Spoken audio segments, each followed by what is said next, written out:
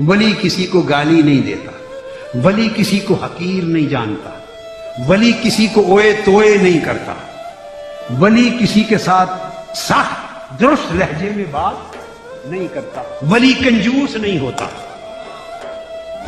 جس کو کنجوس دیکھو اللہ کی عزت کی قسم غلطی سے بھی ولی نہ سمجھو، ولی کنجوس نہیں ہوتا۔ اور اگلی بات سمجھاؤں، ولی لینے والا نہیں ہوتا، ولی دینے والا ہوتا۔ ولی لینے والا نہیں ہوتا، ولی دینے والا ہوتا ہے۔ ولی کا ہاتھ ایسے نہیں ہوتا، کیا کرو کرو ایسے ہاتھ، ولی کا ہاتھ ایسے کبھی نہیں ہوتا، ولی کا ہاتھ ایسے ہوتا۔ ولی دیتا ہے، ولی معاف کرنے والا ہوتا ہے۔ ولی کا شیوا اور وتیرہ یہ ہے،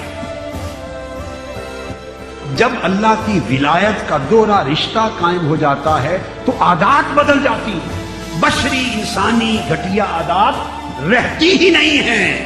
ہوتا بشری جسم ہے، عادات فرشتوں والی آ جاتی، ملکوتی عادات آ جاتی۔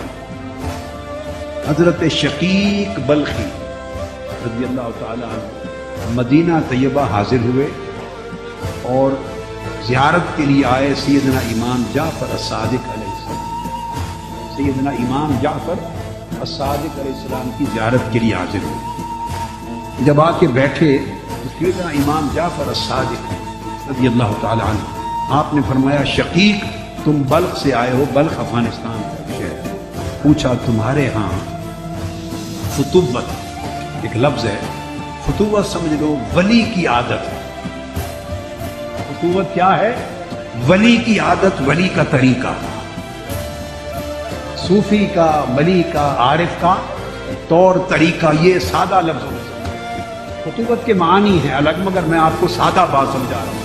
ولی کا شیوا، ولی کا طور طریقہ، اللہ والوں کا شیوا، اس کو فتوت کہتے ہیں۔ آپ نے پوچھا آپ کے ہاں فتوت کا معنی کیا ہے، یعنی ولی کا طریقہ کیا ہے؟ حضرت شقیق بلخی نے جواب دیا کہ ولی کا طریقہ یعنی فتوت یہ ہے کہ ملے تو شکر کر دے، نہ ملے تو صبر کرے۔ ملے تو شکر کرے، نہ ملے تو صبر کرے۔ آپ نے فرمایا کہ ہمارے شہر میں یعنی مدینہ میں کتوں کا یہی حال ہے۔